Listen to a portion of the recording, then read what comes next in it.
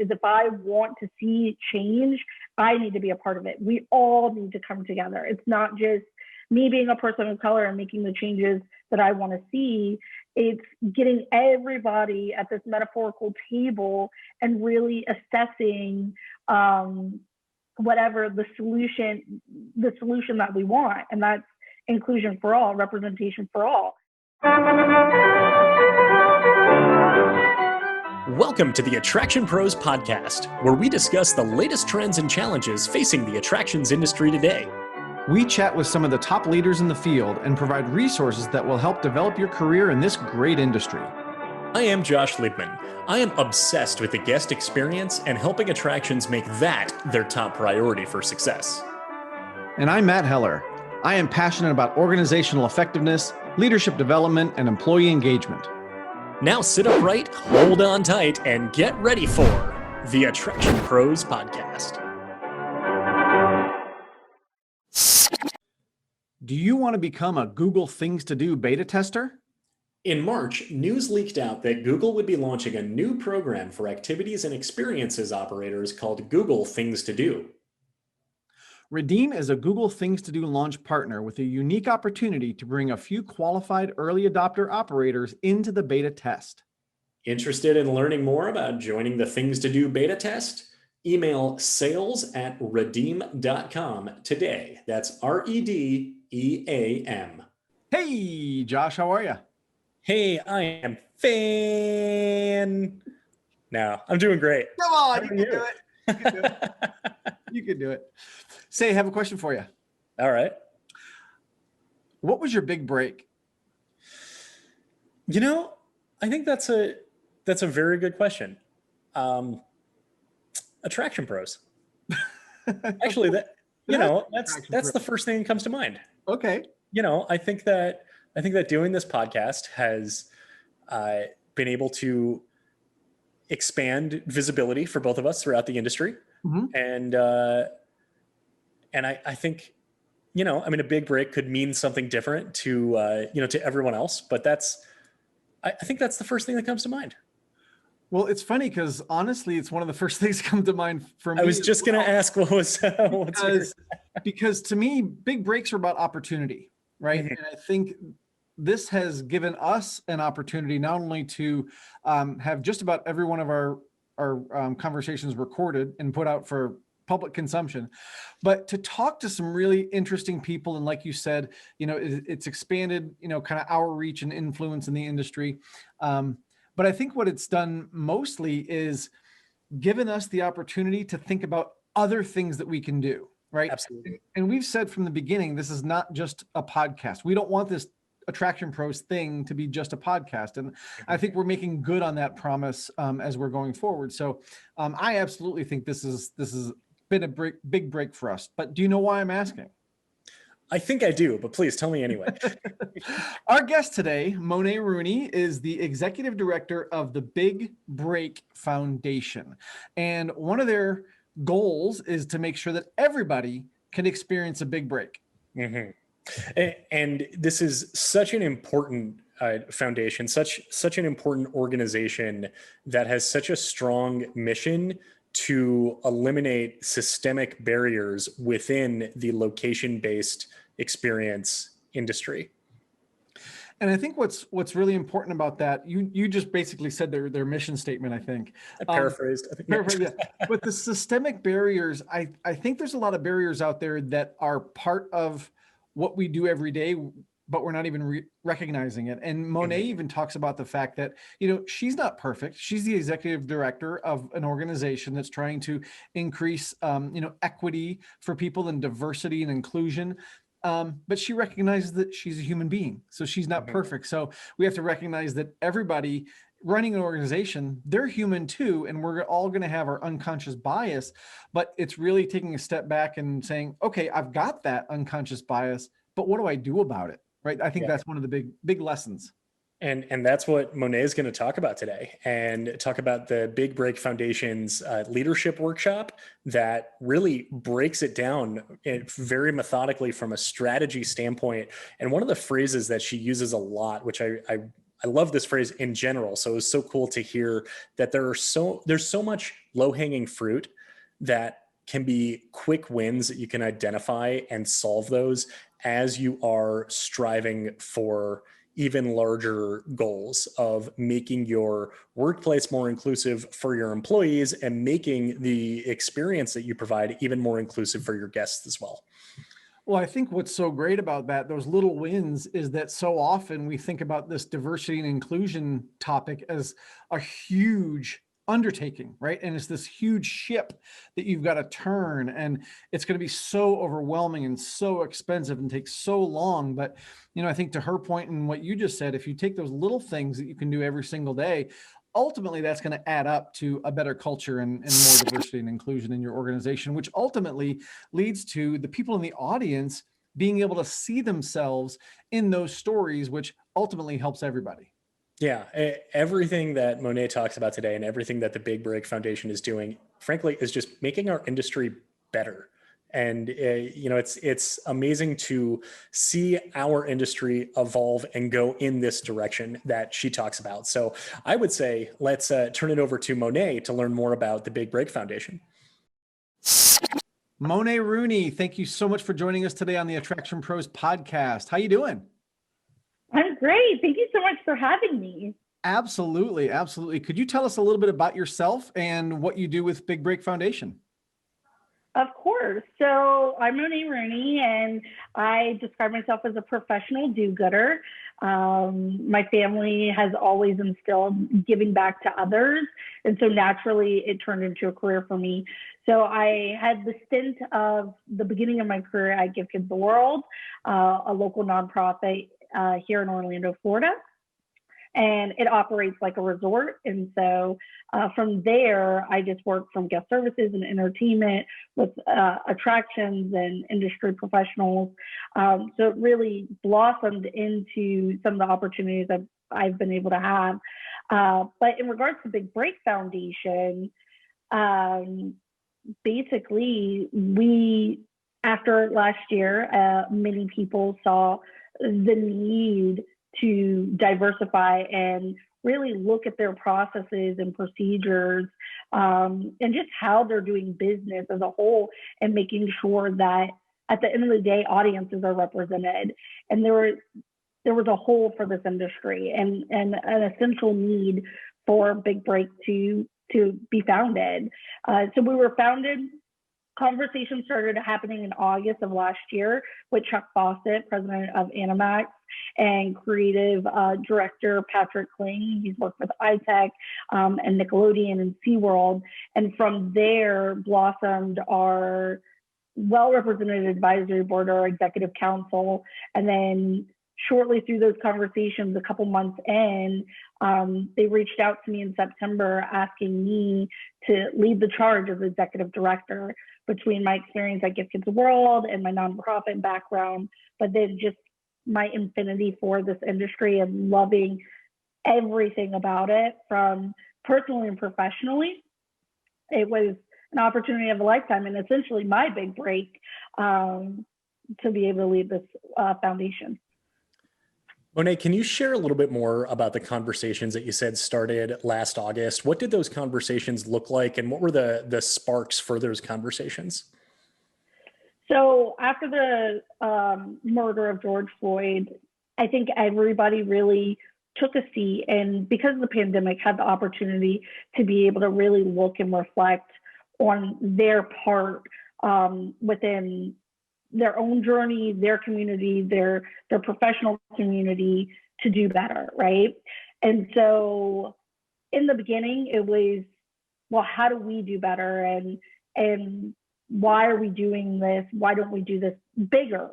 Well, I learned at a very young age that you need to look at your corner of the world and fix that before you move on to another corner. And so that corner, collectively, we all know, is the location-based entertainment and themed experience industry. And so that's where we wanted to tackle first and foremost. Who knows if we'll expand? People have asked us questions in regards to visitor centers and hotels and hospitality and cruises, because these are all experiences as well. But solely right now, the conversations exist within amusement parks, museums, family entertainment centers, science centers, live events. But just in the conversation was more around, what did we want to see? What do we want to do? And we really wanted to focus on the audience. Because at the end of the day, that's what we're all here for, right? Either to enjoy these experiences or to create them for those to enjoy. And so just looking at things and how we represent or we're not representing was a big talking point, and what we can do to get started. And so one of the big things that we identified was education. Everybody's on a different journey. Even myself, as somebody who is part of the marginalized community, I have blind spots, I have biases. We all do. We all live with these every single day.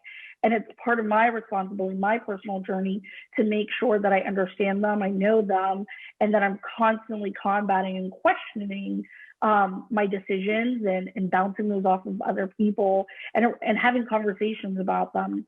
And it really starts there.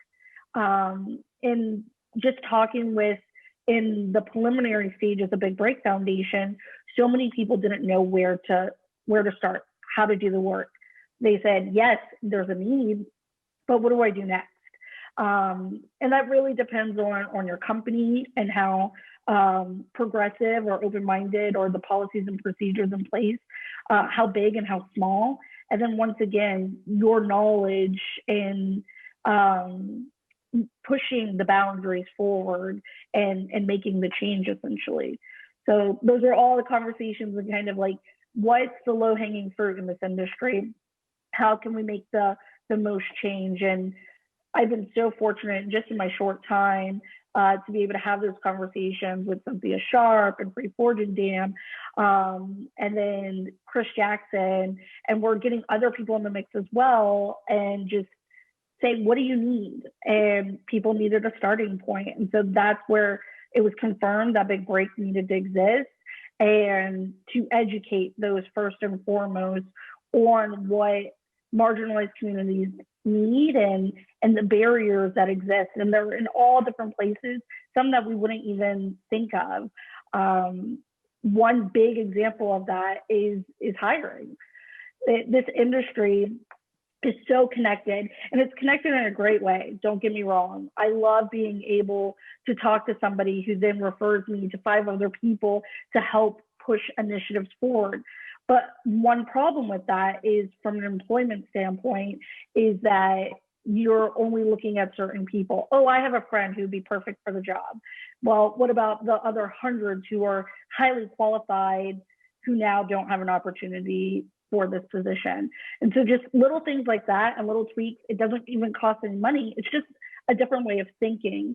And so we're trying to get everybody to lean into that first and foremost, and identifying what's the low-hanging fruit in your organization and your day-to-day to be able to start making changes. And just with basic psychology, reaffirming that action and feeling good and getting other people involved will then give you the stepping stones to do the next thing, the bigger thing. Really dismantling what's currently existing to build a better, or restructure an even better future experience. Monai, can you talk a little bit about kind of keeping with that origin story concept, just the name Big Break, where did that come from? So there's so much that we want to do at Big Break Foundation, and to be able to do that, you have to break down barriers first and foremost. But essentially, everybody has their big break moment. And for some, it's really challenging to get. And so when we were thinking about, what this organization and what it was going to be, everybody can really think back and remember that big break moment until your next big break moment. Because I don't believe that there's just one, right? All of us wear many different hats. And so, like I said, for me, this is my big break moment. But before this, it was really give kids the world. I'll be honest, I'm part of the marginalized community. I'm biracial. I did not finish school. I went to college and realized it wasn't for me. I really like learning on the job. and asking a lot of questions and really understanding why. So on paper, most people wouldn't even look at me. But through my experience and knowledge and just my expertise and being able to expand on that, put me in a position to be looked at. And that's how I got my big break moments with Give Kids the World. And from that connection, right, it intertwines through my connections at Give Kids the World, then was introduced to this opportunity to get my big break and really lead an organization. So our overall goal is to make sure everybody gets that big break moment, to be able to see this industry first and foremost, because so many don't even know that it exists, or that it's a career path that can help support your family and yourself in whatever you want to do in life. Every major discipline that you would go to school for is in this industry.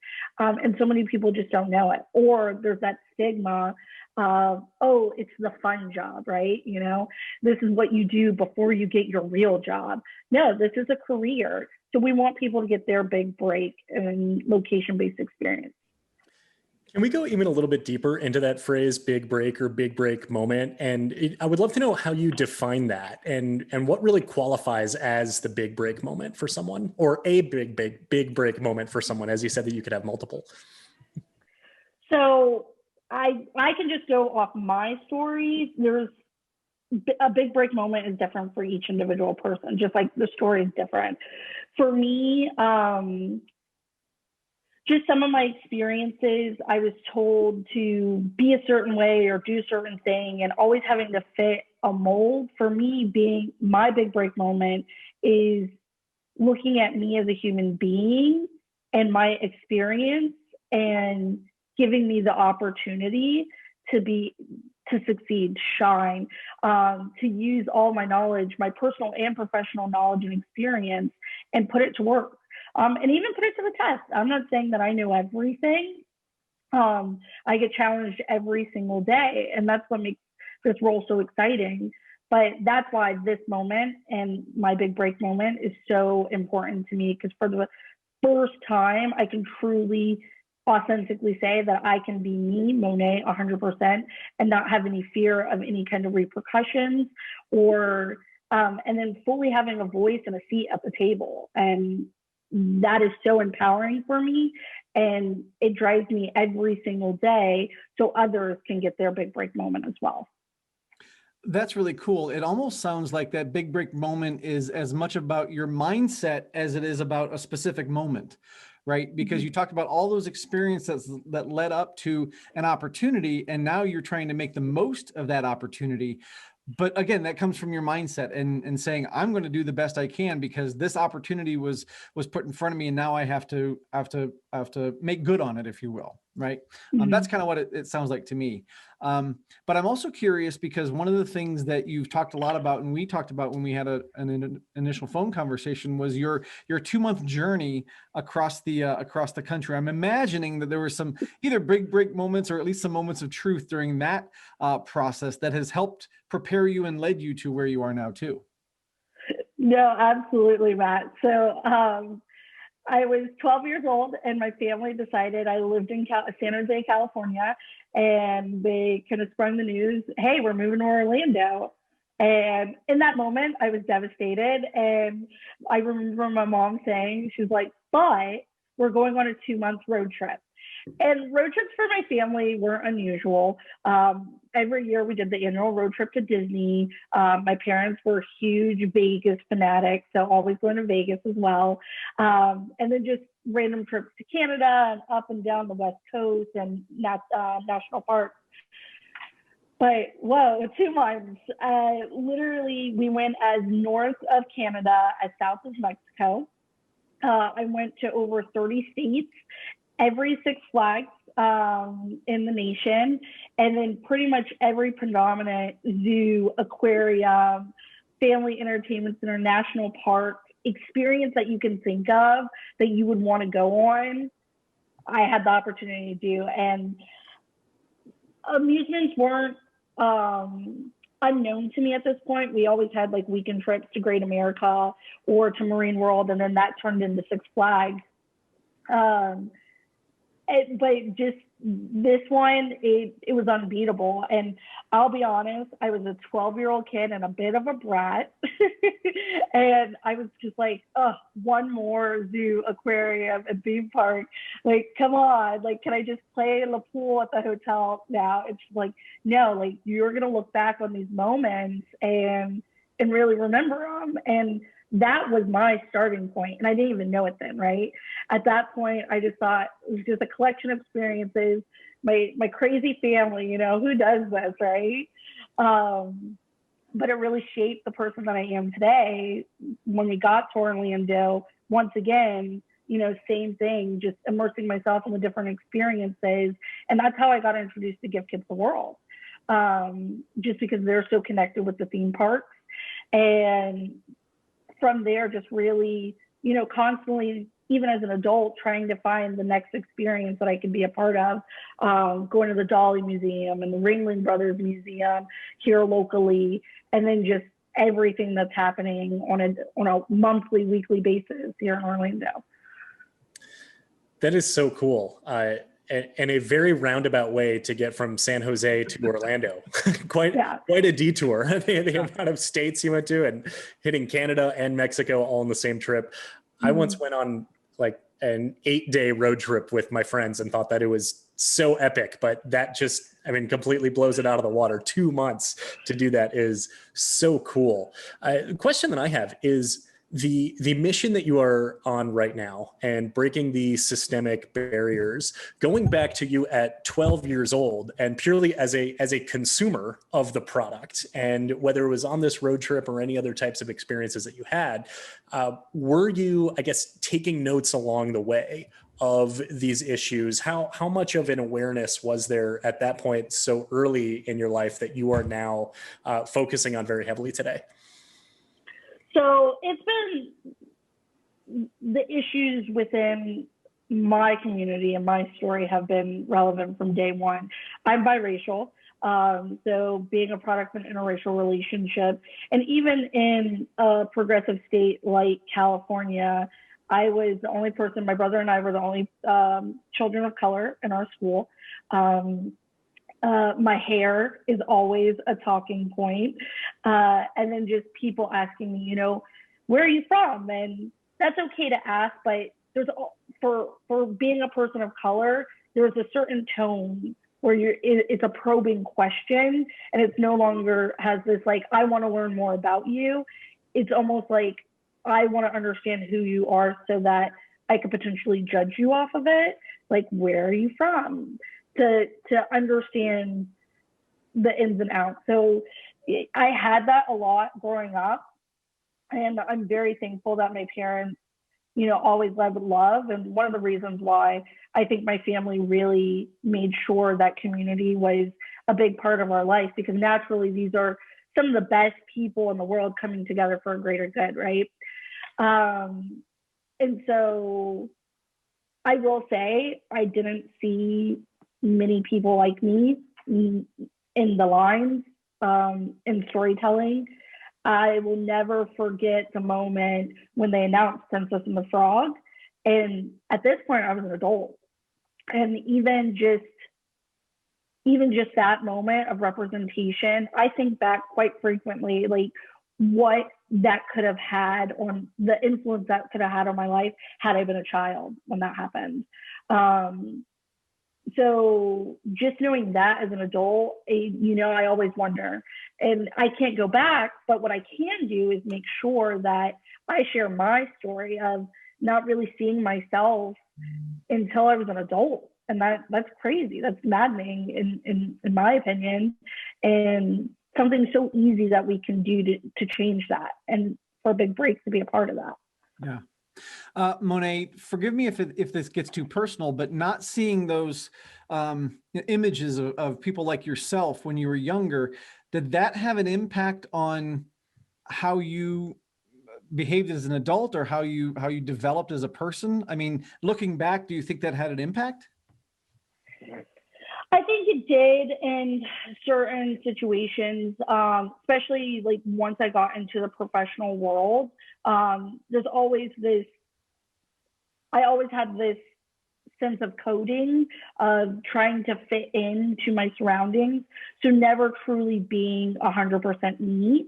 And I think that had a huge impact on that. And then even getting into a professional career, not seeing any leaders that I was very fortunate that I had a lot of female leadership, which was incredible and really did shape me.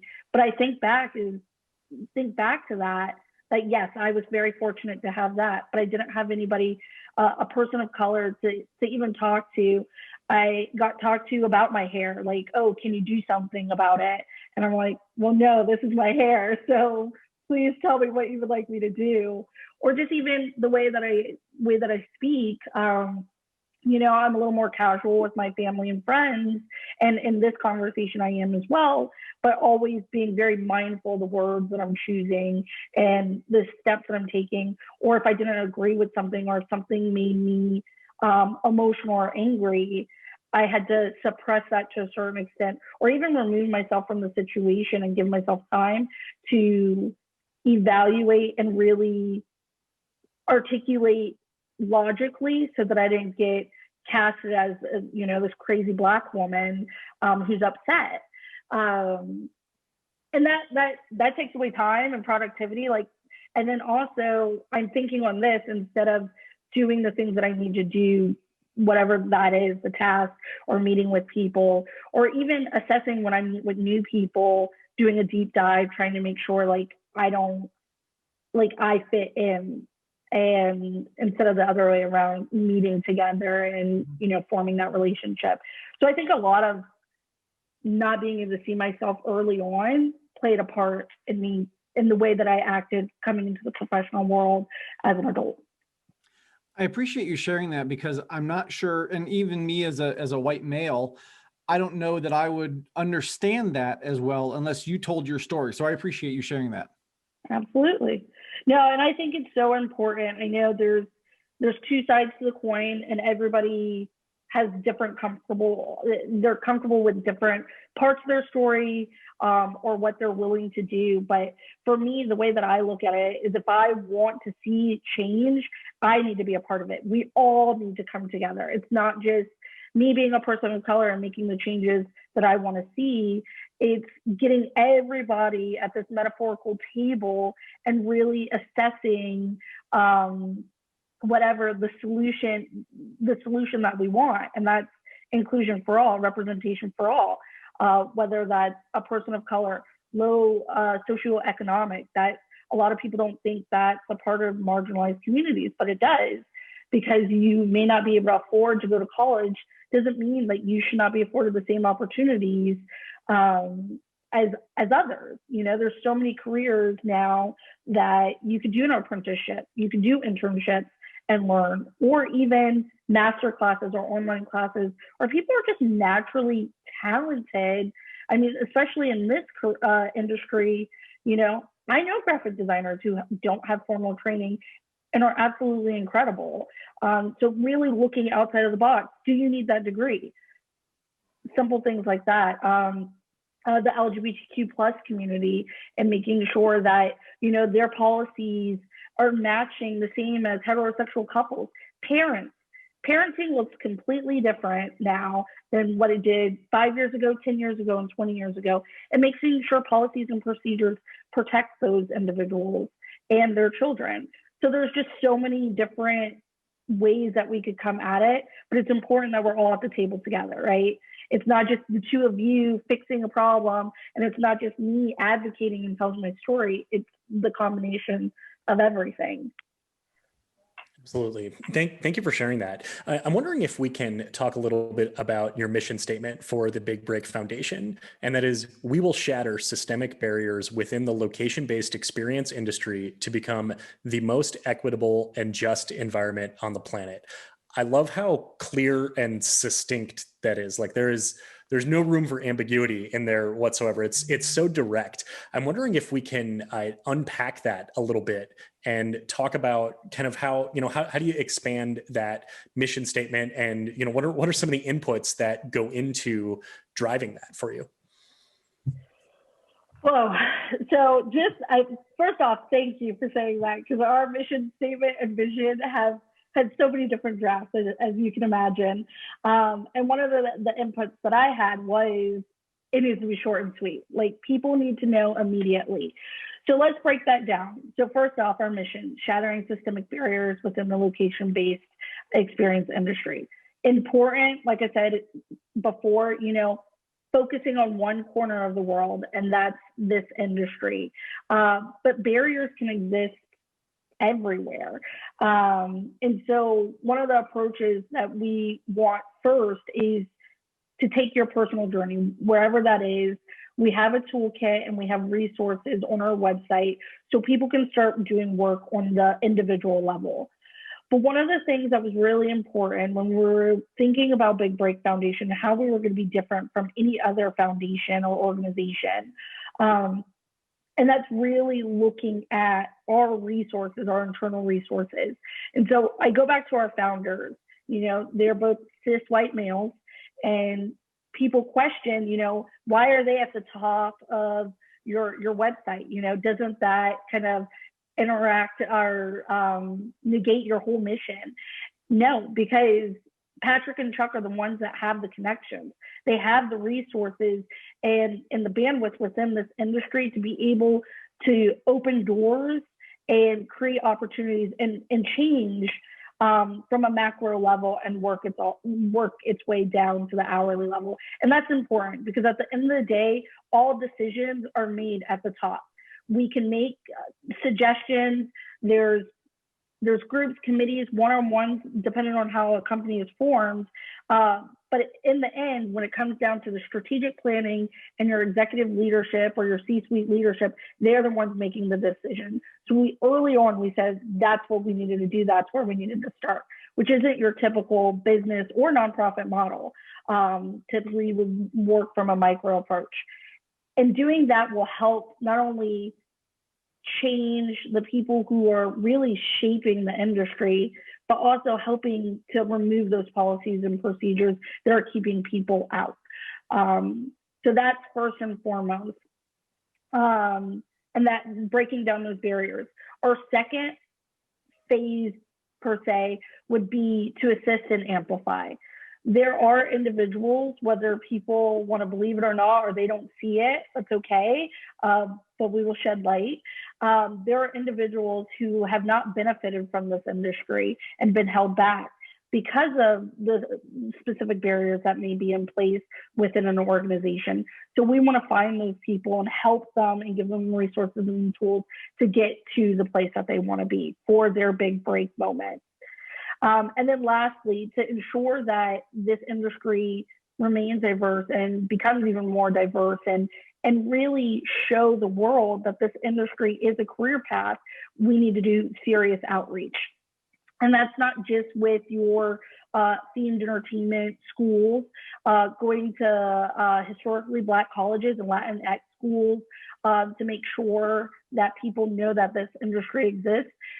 Specific marginalized community associations like the National Black Engineers of America, letting them know the opportunities, and then really starting with elementary school and middle school students and showing what this industry can do. It's not just fun. Hey, on the weekend, you love writing stories and bringing them to life for your family in the backyard. That's a career. You love playing Legos and Connects and building roller coasters all throughout your house. Guess what? That is a career too, and really showing the possibilities of what this industry has to hold. And in turn, by doing that, we'll have better representation, better stories, and an overall better experience. Yeah, and like you said, all those people will be represented in the audience, because they're represented in the people that are creating those experiences, which I think is fantastic.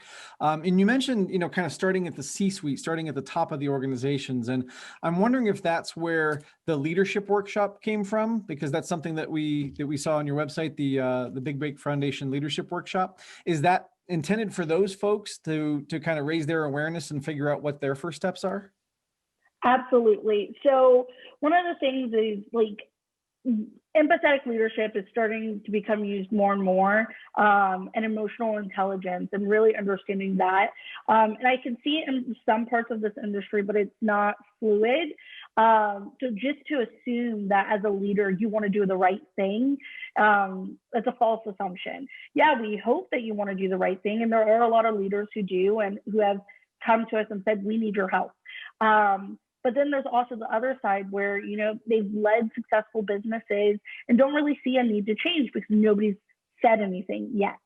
So that's where we kind of need to meet in the middle. And so that's where the leadership workshop got created. Yes, we want to start with the macro approach, with the C-suite and executive leadership, but leadership, as you are well aware, can mean many different things. And for us, a leader is anybody who is going to have strategic planning abilities, has responsibilities over money and or people. And that's really important because it all plays a role in the final decision making and the culture of a company. So our leadership workshop is designed for us to come in there, analyze the current culture, from demographics, to hiring practices, retention, their strategic planning processes, and really get a deep dive into how they currently operate. From there, we will make decisions on best next steps and also how to customize the leadership workshop. And that's in 2 phases. So the first phase really talks about the fundamentals of IDEA. And IDEA is inclusion, diversity, equity, and accessibility. And so really going into the business case studies on why IDEA is a good idea for your bottom line and for representation. And then really showing outside of this industry companies that have adopted these models and how successful they've been. So first showing that. Then going into the psychology in regards to biases, stereotypes, that then can lead to potential discrimination, and how to avoid that, and lessons learned and knowledge gained in there. And from there, we'll go to phase 2. And that's really important. There's so many different diversity and inclusion training platforms and training workshops, but this is designed specifically for the location-based experience industry. So depending on your field or discipline, we would take phase 2 and apply all those fundamentals of IDEA to your actual job. So if that's design, if that's storytelling, if that's theme park operations, engineering, and the list goes on, and who your target audience is, whether that's amusement parks, water parks, a collection of all location-based experiences, and giving industry-specific examples of what you can do is important. That's how you're going to retain the information and practice it. And then the last step is our strategic planning. So with all the leadership, which is really important, that it's not just C-suite executives and the executive leadership team, but all those leaders who are identified who go through the training. After they do that, what is it that you want to see? What culture do you want to change? Identifying that, once again, those low-hanging fruit, just to keep the momentum going. What are easy things we can do now? Employee resource groups, satisfaction surveys, looking at how you retention within your organization, getting a different opinions and looking at your processes and procedures. And from there, building out a strategic plan to help open up that company and organization to be more equitable in their practices. So that's going to be launching in the summer. We're actually vetting it now, so very excited. I've seen it, and I'm just like, I've gone through a lot of workshops and strategic planning sessions in my life, and it's not just because I'm in it. Nicole, our education manager, has done an incredible job. It's so easy and comprehensive. And then just the way that it relates back to this industry, it's a no-brainer. Why wouldn't you want to do the things we identify at the end to make the change? So I'm really excited to launch it. After that, we'll do a general track so you can get your whole organization, but we need to start breaking down those barriers first before we get everybody else involved, right? And then eventually we'll have complimentary workshops to lean off of these, or specific segments. We know that we're going to probably do something in regards to human resources, onboarding, and retention, because so many people have asked in regards to it. So there's more to come. And if anyone has any ideas or suggestions or needs, please let us know, because we really want to serve this industry. I think this is so cool and so important too, in the direction that the industry is going, and it's exciting to see the industry evolve in this sort of way. Monai, how much of this? I mean, you just described just so many different components of what goes into it. You mentioned the low-hanging fruit. How much of this is low-hanging fruit versus large organizational transformation? Or how much of that low-hanging fruit leads to those transformations? Well, all the low-hanging fruit leads to the transformation, but it's going to depend on each organization. A smaller organization, it's going to be a little bit easier. Maybe a newer organization as well, it's going to be easier to make the change because you're not as ingrained in the current processes.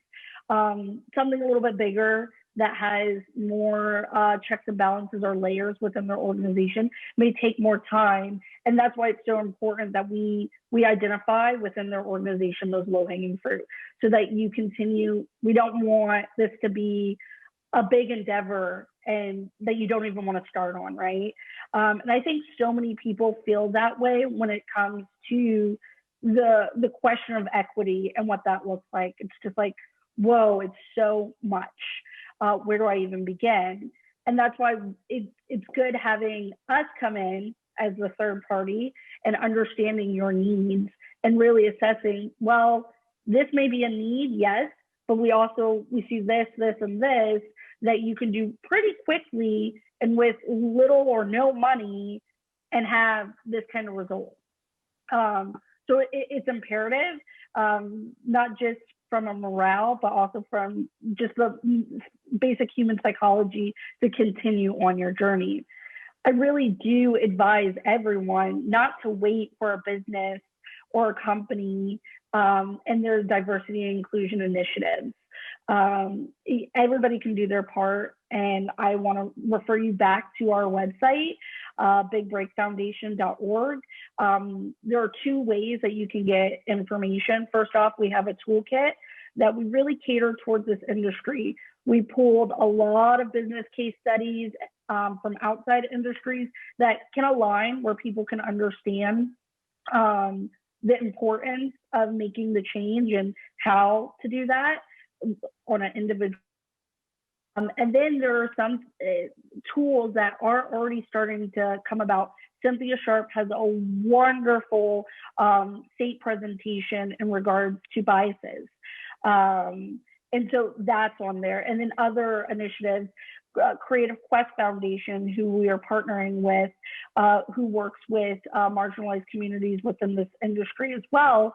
And we work with RJ Temple and having panels and making sure that, you know, we're moving forward in the right direction and we're meeting their needs as well. And Harriet B's daughters with Cynthia and Nicola.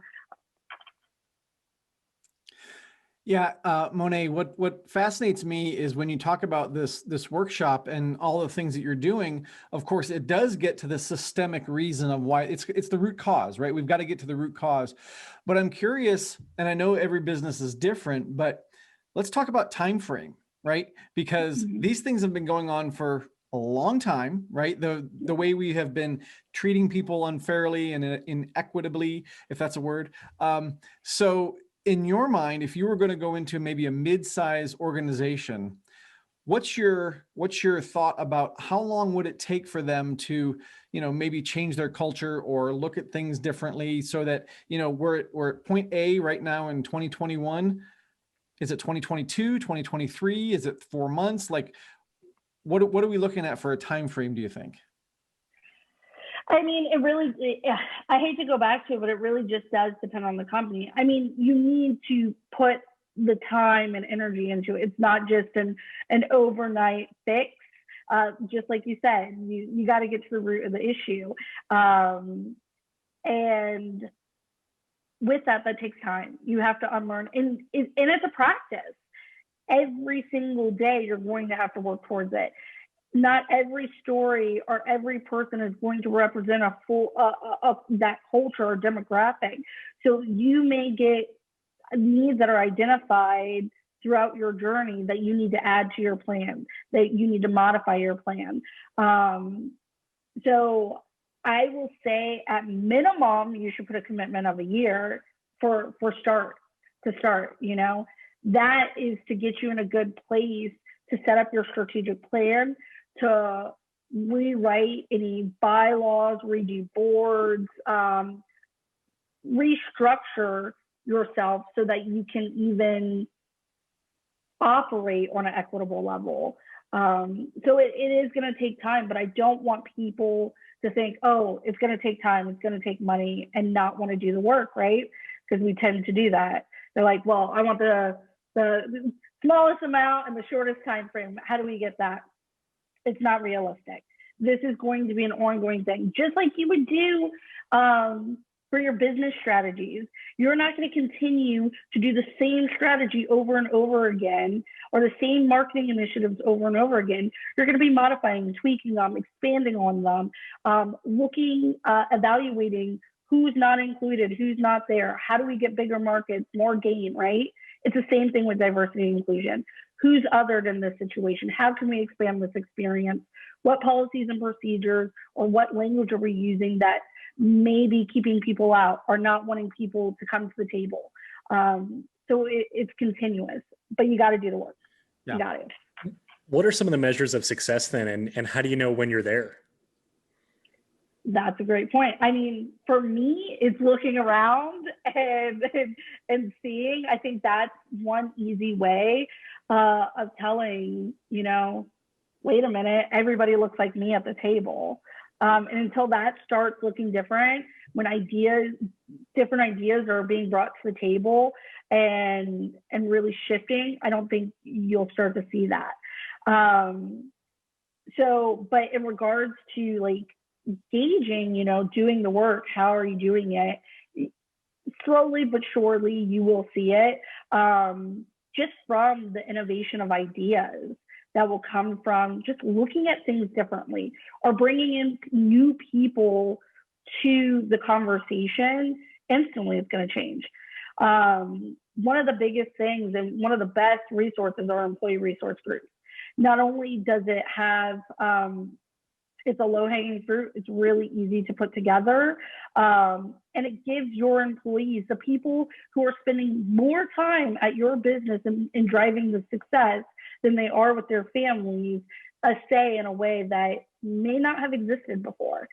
And then structuring those employee resource groups where they have direct connect to leadership, which a lot of companies don't have. I've talked to several people and they can't even name everybody on their leadership committee or their executive committee, and they're the ones making the decisions. Or on that, none of them really look like them, or the representation's not there. So how do you know that you have a voice in the room when those decisions are made? So once you start seeing those come to light with a business and within a business and organization, that's a measurable goal. Obviously, data is huge as well. And so when we do the strategic planning, we will identify key performance indicators, as well as we will do our own internal assessment of the progress that you're having in issuing progress reports and creating additional resources and materials to help you along the way if you're starting to struggle or new problems start to present itself, so that you can combat them and continue on your journey of success and overall equitability. Yeah. Monai, thank you for sharing that. And thank you for sharing everything that you've shared today. It's been really fascinating. And I know you mentioned the website once already, but I want to give you a chance to mention that again, and any other contact information you want to share so people can get more information or follow up with you and get involved. Absolutely. Thank you. So I just encourage everybody, the first step right now is education. We'll have other opportunities for volunteering and advocating for Big Break Foundation, but we really want everybody to do the work. So download the toolkit, go to our resource page. We're going to be expanding that as well so that you can look at the different resources and your favorite media type, whether that's articles, videos, books, documentaries, so that you can really start understanding and learning where your biases, blind spots are, and how to be a better advocate in the room, an accomplice in the room. BigBreakFoundation.org is where you can go for your toolkit and resources, and that will constantly be growing. If you have any suggestions or are looking for anything specific or just want to have a conversation, you can reach out to me directly, monai.rooney@bigbreakfoundation.org, and that's also on the website as well. So feel free to reach out to me. I'm happy to have a chat and really open up this industry for all. Excellent. We'll include all of that contact information in the show notes as well to make it easy to get a hold of you and for people to learn more. So thank you so much for your time today. We really appreciate learning all about this. And thank you so much for everything that you are doing for the industry. As we wrap this up here, any final words or lasting message for our audience? Yes, absolutely. So I just want to give everybody like this woo-saw moment, right? We just had a heavy conversation, and some people may feel like, oh man, I don't even know what to do. Take a breath. It's going to be okay. We're on this journey together. We really are. We need everyone. And we're going to make mistakes. I make mistakes. You're going to make mistakes as well. But it's learning from those mistakes and applying those learnings and moving forward. We need to get started now. Excellent way to kind of wrap that all up. Thank you so much for that, Monai. And again, thank you so much for your time. And for everybody out there watching and listening, just remember, we are all Attraction Pros. Thanks for listening to the Attraction Pros podcast. Make sure to subscribe so you can tune in when new episodes release. And even better, please leave us a review on iTunes. For more information, visit AttractionPros.com.